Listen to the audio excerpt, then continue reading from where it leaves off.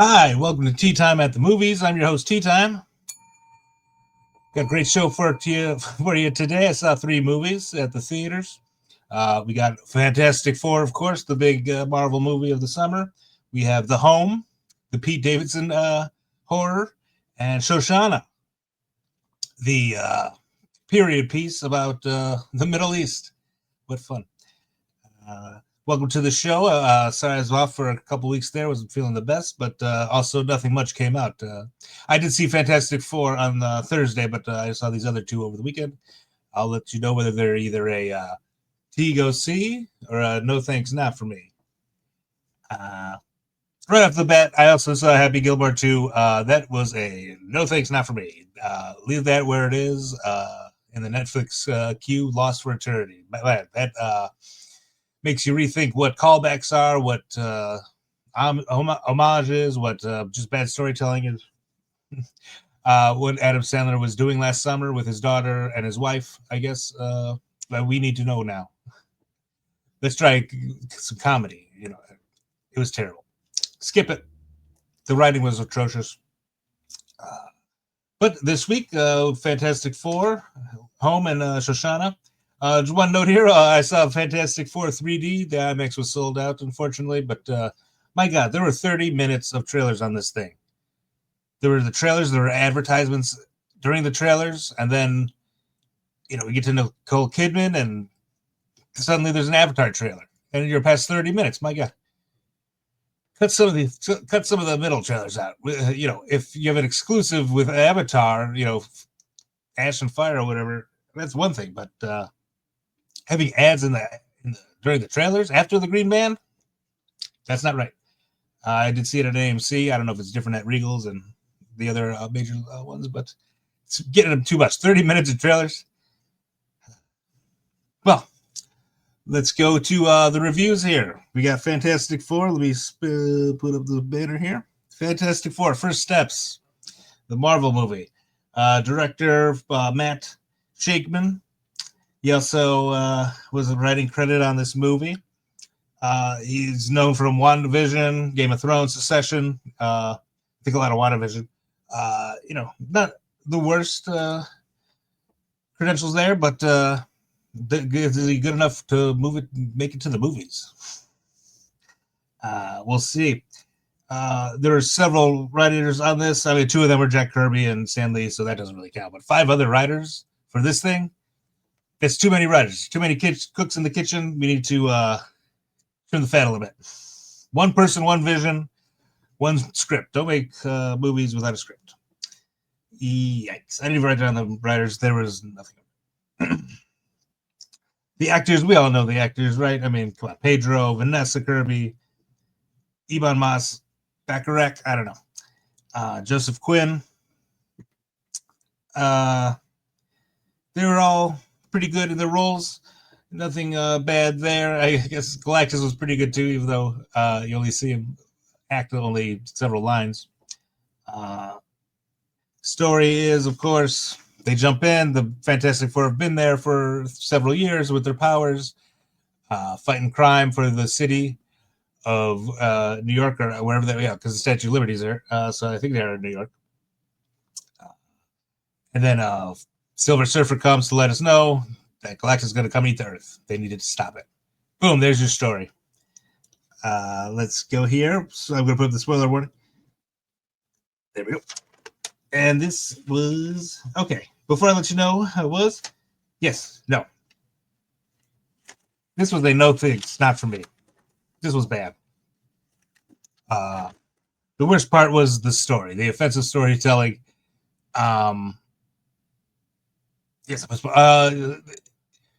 so open the story with Galactus yearning to stop this hunger, which he has his squire, the Silver Surfer, to find new planets to eat, right? They don't even introduce that until Silver Surfer shows up, and then they figure it out somehow. Just introduce that story plot line with Galactus in the opening, saying he hungers to end this thirst or whatever, and then find me a planet. And then suddenly, whoa, this baby's born on Earth from the Fantastic Four, Sue Storm, and it could be a a galactic being, right? To take over for Galactus. I mean, this is already the plot of the story that we find out later, but that's not how you build a story. The first third of the movie was good when they have the opening with all the quick cuts of them like fighting the mole man, fighting all different types of foes of the city. Okay, sure. Let me start with the good. The 3D was actually pretty good. The spacing was good. It was pretty cool effect for this movie. They are thinking of 3Ds for the past couple I've seen. Have been really good. Does it make it $4 more or whatever worth it? No. The great set, when they're in the tower and wherever they're the Fantastic Four the headquarters is. That set is great. That looked great. Everything looked great. The first 15 minutes looked great. The Thing was good. He should have got more screen time, more development. We had a bunch of useless scenes with Sue Storm giving speeches and whatnot that weren't motivative. I'd rather see the Thing, struggle with his rock skin, or have a girlfriend. He did have a girlfriend, or kind of. They built that. They can give 30 minute more screen time. All right, let me look at my notes here. The sound mixing was bad. I don't know if it's. I hope it's just not the theaters I'm in. I mean, these movies sound terrible too. That's part of the issue. The score never envelops you. It never overtakes the sound. The only loud parts are when they're in the spaceship and Sue's giving birth, and even the New York scenes weren't that loud. Galactus wasn't even that big. I mean, the celestial being in the Eternals was bigger than Galactus. Galactus was the size of bigger than a little bit bigger than the Statue of Liberty. That hand coming out of the Earth, that was like the whole size of the comparable to the Earth. Galactus is that menacing when he's that tiny. The bad storytelling. Yeah. Setting up the baby being taking over Galactus. Just introduce that at the beginning of the movie so we're kind of compelled, not just if that happens stance later in the movie. If that's the plot of the movie, just tell it in a more compelling way.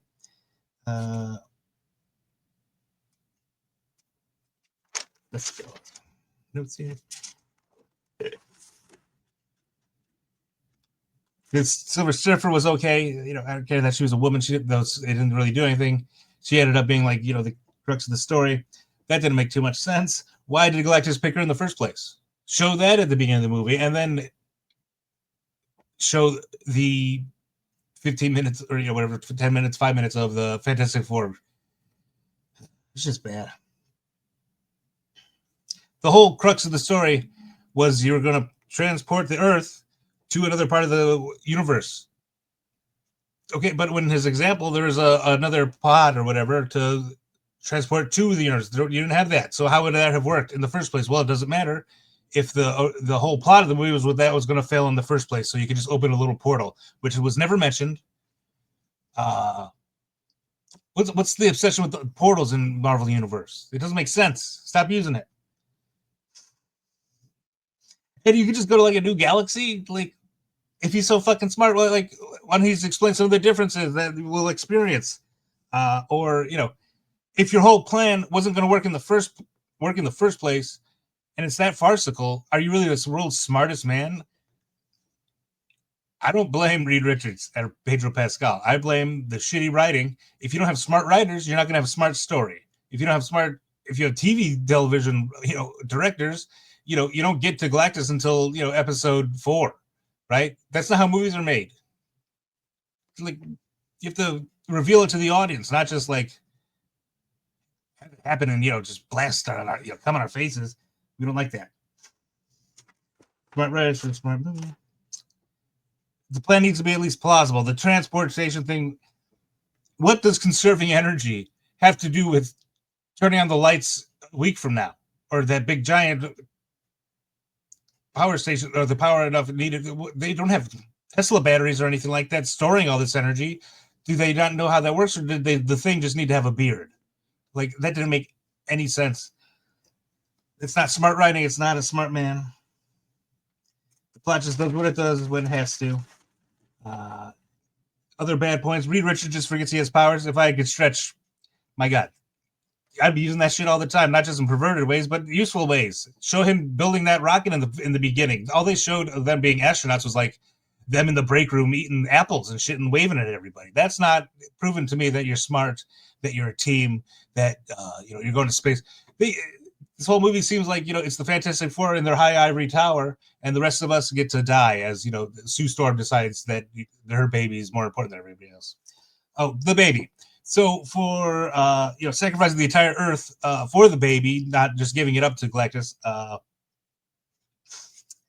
they constantly are putting this thing in peril. Like, is this thing the most important thing, and we're not gonna have a bad birth or something by sending a 9-month-old or whatever, 8 months, whatever, pregnant woman to space?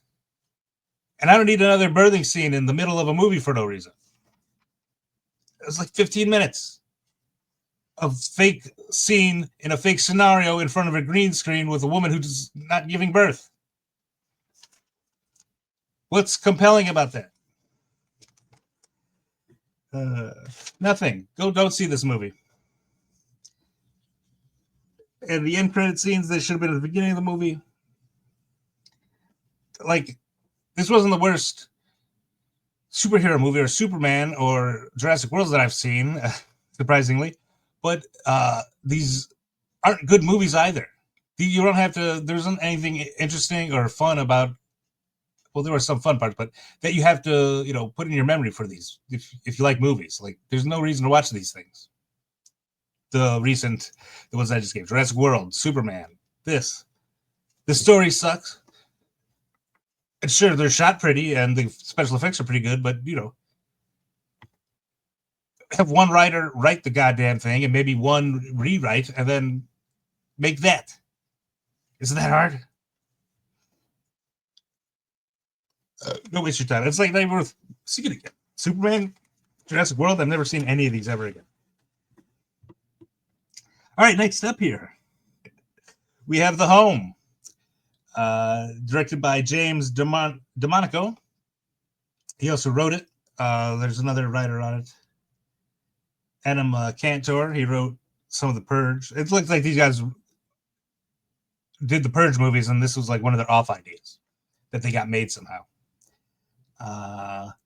Pete plays Max, who gets caught up in the law and does community service time at a retirement home, and sinister things are about. That's it. This is a no thanks, not for me. This was pretty simple story. It would have been better as like an hour Black Mirror episode. I don't know what they're filming or like what lenses they're using to film this movie. Like they took like a camera off of the set of Survivor and just left the settings on, and it's just like filmed it real clear. Like it wasn't pretty. It didn't sound good. The acting was pretty bad and over the top. If you really want to know what this movie is, P. David, he goes there to the home. Blah, blah, blah. Don't go to the fourth floor, blah, blah. Turns out there's a gland behind your left eye or something, and they extract the liquid from it, and they extend life by drinking this fluid, the old people at the home. So, they're 200 years old, they're 150 years old or whatever. And instead of being like a real nursing home, they were just putting on a show for Pete. Because the mice or the cat loves to play with its prey. So, he does get his eye drained a few times. When he finally figures it out at the end, he turns. There's a big murder spree he does. That wasn't even cool. I mean, The Purge had much better kills. The blood was terrible. The cameras were terrible. You recognize a lot of the old people in the old folks' home are playing the old people. It's John Glover, Bruce Altman, Evan Phillips, Mary Beth Pale. A bunch of the old. You recognize. You've ever seen a movie in the 80s or 90s or before. These people are pretty old. But like I said, this is a skip. It's on Netflix or something, and your girlfriend likes Pete Davidson. Maybe you can watch it. Okay, the good. Overall, I guess the story was okay. Just simple. I've seen a lot of these ideas before on Black Mirror. How are you afraid of the dark or whatever. Bad the cinematography. My God, it wasn't film terrible, but like I said, the camera is terrible. Put a filter on this thing. Put a lens on. Like what? When the reveal happens, put a filter on. Make a little change. Do a little storytelling. I'm thinking like these people that are making these films went to film school. They didn't learn a goddamn thing. It's over their head to use wipes or simple filming techniques. Like we'll talk about Shoshana, but Fantastic Four had this element of the newscaster, like telling the story a little bit, and they use it at the beginning, they use it at the very end. I need it in the fucking middle to explain your harebrained plot. This didn't really have that thing like that. Although he does set up cameras as if and just films the old people. Pete Davidson cannot carry a film. He's a good side character sometimes. I guess that one movie was okay, the comedy with Judd Apatow. And they constantly are putting the needle like up to these people's eyes. I don't want to see this. Like, there's like some sort of magical gland behind your eye. That was stupid. You know, don't see it. Unless you want to watch a horror movie you haven't seen, like Megan 2. Maybe. All right, next up we have Shoshana. All right. Shoshana, 2 hours and 1 minute. Not that bad. This movie is a time period piece about the happenings in Israel during the 1930s, post World War II, pre World War I. It does go beyond World War II as the story at the end, but mostly the 30s.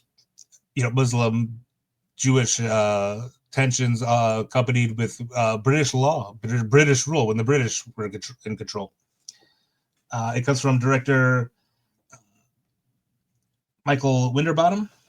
He did A Mighty Heart, a lot of the Trip movies, those comedies. Writer Paul Vierig and Lauren Corey. I didn't see too many credits. Maybe this is one of their big first ones.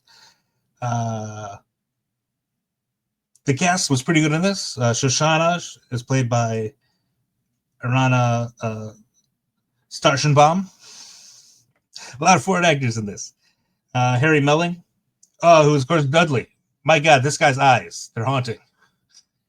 Women, this is the guy in your dreams. This is the guy. Those eyes. Mm-hmm. And, you know, Dudley. Perfect casting. Harry, he plays the head of the British police there, controlling Gaza, Israel, you know, the whole area at the time. Tom Douglas. Tom is played by Douglas Booth. And then Shoshana, Harry, and Tom, they're the main characters. Harry, no, okay.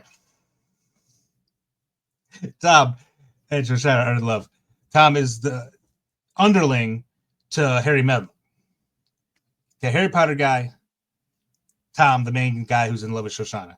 So it's basically a good drama based on that. They really toned down any religious connotations. I mean, it is known who's Muslim, who's Jewish, who's British. I guess the British would be Christians, most of them. This was a T-Go-C. Good storytelling. There's a device they use similar to Fantastic Four, but this they use in the entire movie. It's kind of like old wartime footage. It's, you know, plays a little square like you'd hear in a movie theater back then. It's used to move the plot along, which it does very effectively. Harry Melling is very good in this. Tom's very good. Douglas Booth and Shoshana, she was very good. She's just a Jew wandering the streets in the 30s, and she's in love with a British man.